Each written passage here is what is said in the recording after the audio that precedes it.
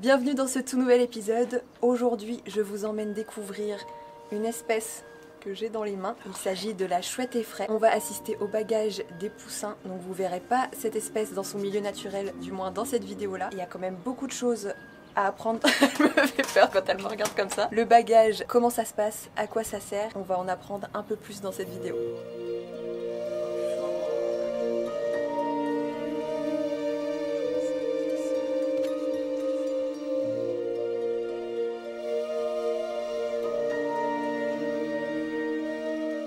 Il faut sortir de l'idée de dire qu'il y a trop de ceci, il y a trop de cela, il n'y a pas trop de renards, il n'y a pas trop de chouettes, il n'y a pas trop de buses.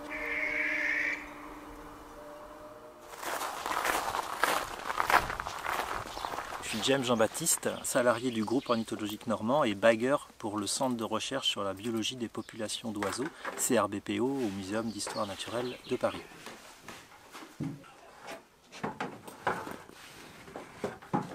Ça va aller ? Donc là on est en capture de chouettes effraies qui sont dans des nichoirs. Ça bloque l'entrée en fait.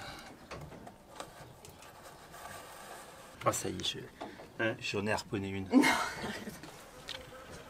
Elles sont belles. Belle. Oui, elles sont petites. J'ai entendu le... Oh, mais j'ai pas entendu, c'est trop mignon. Donc là on a une chouette effraie qui est caractérisée par son masque facial là. Ça lui fait un cœur. C'est un rapace qui est très très pâle, contrairement aux autres qui sont plutôt sombres. Donc ce visage en forme de cœur, ses grands yeux noirs, ses pattes qui sont emplumées. C'est la chouette effraie, ou récemment renommée effraie des clochers. Et la dame blanche, celle qui fait peur au bord des routes ou dans les granges. Ça vient aussi du fait qu'elle a un chuintement un peu bizarre. On l'a entendu tout à l'heure. Donc elle fait un chut. Et quand on l'a dans le grenier d'une maison, que les gens ne savent pas que ça peut faire ce bruit-là, ils flippent un peu.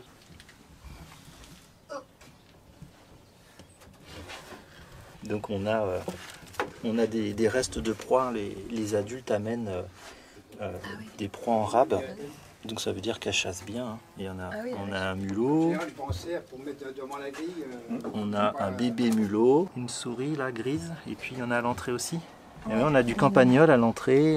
Et ça, elles vont manger ou ça c'est fait? Et ouais, elles vont manger, dès qu'elles ont faim, elles vont se servir. Ça pue l'ammoniac, hein, c'est énorme. Ce qui montre que les oiseaux n'ont pas d'odorat en fait.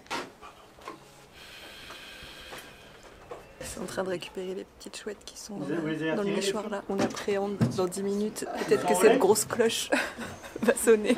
Et on n'a pas envie d'être là. Tu vois.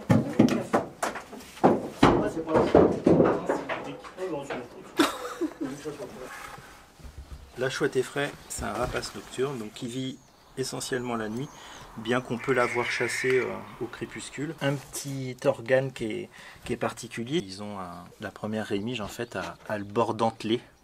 Il y a un peigne, ce qui permet de casser le bruit que l'air pourrait faire sur la plume. Donc elle a un vol totalement silencieux, ce qui lui permet de fondre sur le petit mulot qui serait en train de manger une noisette dans les feuilles. Et elle ne l'entend pas. Sans ces petits décrochements de plumes, on l'entendrait voler et donc le mulot ne se ferait pas gauler. 68. Le masque de la chouette, ça officie de parabole. On a des plumes hyper concentrées tout autour qui vont capter les ondes sonores. C'est rabattu par la forme de la tête au niveau des ouïes qui ne sont pas à la même hauteur de chaque côté. On a une oreille qui est ici et l'autre oreille qui est un peu plus haute. Si bien que le son n'arrive même pas au même moment et elle a la capacité de voir sa proie déjà en 3D rien qu'en entendant. Donc ça, c'est les oreilles de la chouette. À ne pas confondre avec les aigrettes des hiboux, qui ne sont pas des oreilles, mais juste des plumes comportementales. Là, on a vraiment le conduit auditif. On peut venir rejoindre sa petite sœur, son petit frère, voilà. Pourquoi tu montes pas? Moi parce qu'il y a des gens qui aiment bien monter. Pas du tout parce que t'as peur. Non, non, regarde, c'est sécure, hein. Ça donne envie d'y aller. Une pauvre poutre qui date d'il y a 2 siècles, avec une échelle posée dessus.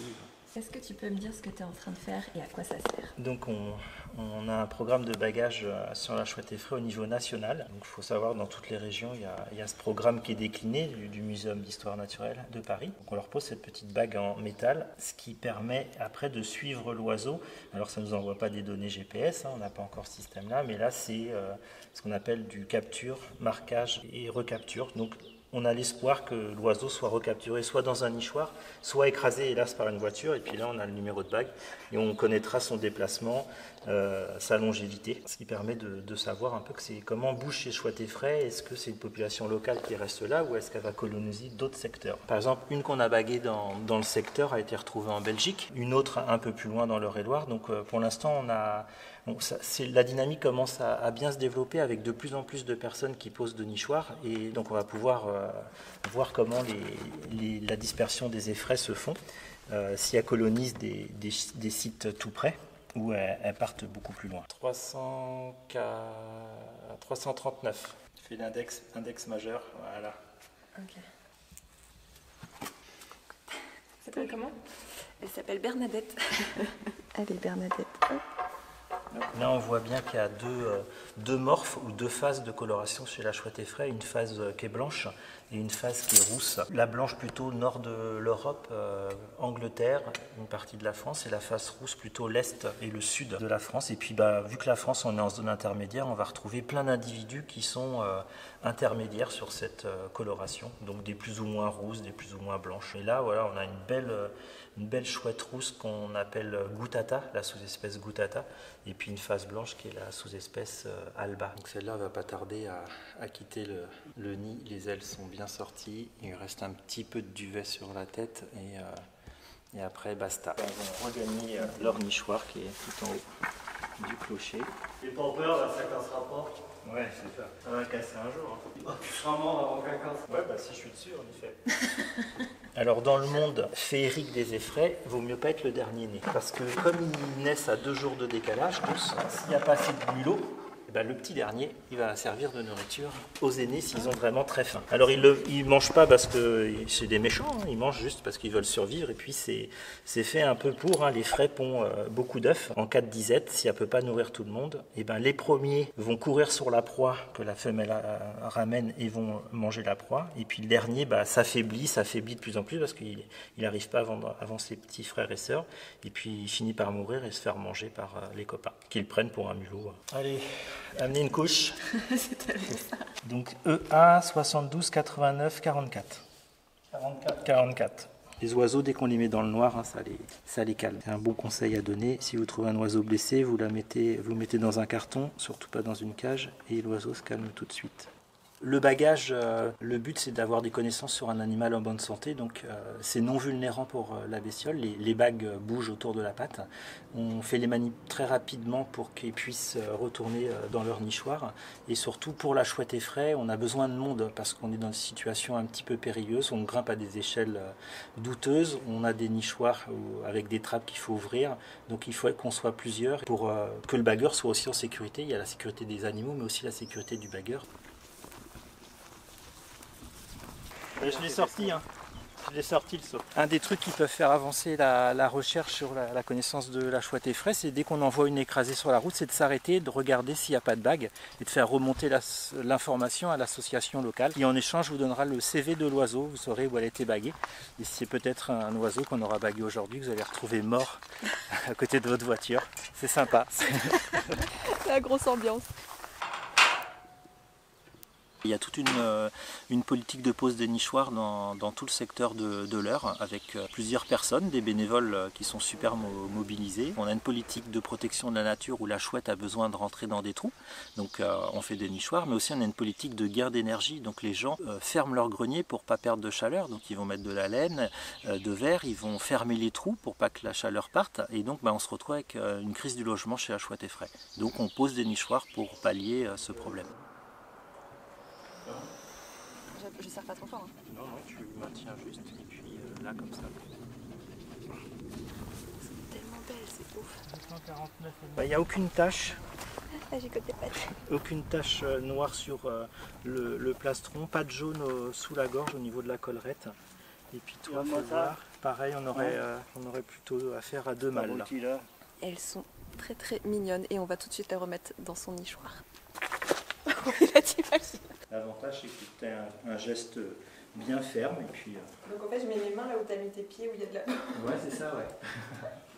Si je la pose sur le côté, c'est bon sur ses pattes? Non, vas-y, elle va se mettre normale. Tous les rapaces de France sont protégés, aucune exception là-dessus. On est donc sur une espèce totalement protégée, interdit de la capturer, interdit de garder les plumes, interdit de garder le squelette. Tout ça, c'est bien cadré par une loi sur la protection de la nature. On estime qu'il y a 35 à 50 000 couples en France, en gros un couple par commune.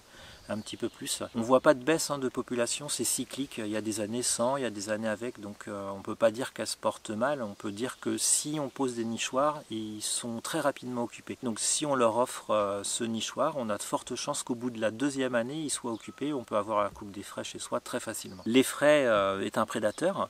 Comme tous les prédateurs, c'est pas elle qui décide de sa reproduction, ça va être ses espèces proies. Donc en l'occurrence, tous les micro-mammifères, le campagnol, les mulots, les musaraignes décident si l'effraie doit vivre ou pas. À savoir que des années sans campagnol, l'effraie ne se reproduit pas. Il faut sortir de l'idée de dire qu'il y a trop de ceci, il y a trop de cela, il n'y a pas trop de renards, il n'y a pas trop de chouettes, il n'y a pas trop de buses. Si on voit ces animaux, c'est qu'ils peuvent se nourrir. Dès lors où on n'aura plus cette abondance de nourriture, l'animal ne se reproduit pas et donc un petit campagnol va décider toi cette année la chouette effraie tu n'auras pas de jeunes parce que moi j'ai pas de jeunes non plus, donc tu pourras pas manger, tu pourras pas nourrir tes jeunes et tu vas mourir. Donc ça se passe comme ça dans la nature. Les espèces prédatrices donc, dépendent entièrement de la chaîne alimentaire qui est en dessous d'elles. Si on veut préserver les effraies, c'est pas de mettre de pesticides dans son jardin, notamment des appâts empoisonnés pour les rongeurs. Si vous avez des rongeurs, vous mettez des tapettes, mais surtout pas de grains empoisonnés parce que ça se répercute sur la chaîne alimentaire. Et ensuite, vous pouvez placer un nichoir très facilement. Il y a plein d'associations qui vous en proposent. Vous payez juste le bois et la sauce vient vous placer. Et vous avez juste à suivre votre nichoir et quand vous avez des jeunes, vous prévenez et protégez les effraies parce que c'est tout beau, c'est tout gentil et Marie elle a dit que c'était trop mignon aussi. Dites-moi si ça vous intéresse toujours de suivre des suivis scientifiques, des missions comme ça sur le terrain et de découvrir les acteurs de l'environnement parce que si ça vous plaît, si ça vous intéresse, il y a quand même énormément de choses à découvrir encore. Je le répète encore une fois, mais le bagage n'a pas été fait exprès pour la vidéo, c'est l'inverse. Je me suis incrustée avec James pour le suivre et voir un peu ce qu'il fait et à quoi ça sert. Les poussins sont bien évidemment libres et sauvages. Ils retournent directement dans leur nichoir juste après les manips. Comme d'habitude, moi je vous retrouve dans les commentaires pour échanger autour de tout ça. Merci infiniment d'être de plus en plus nombreux. Vous pouvez toujours me rejoindre sur YouTube si ce n'est pas déjà fait, Instagram et Facebook. Et moi je vous dis à très vite.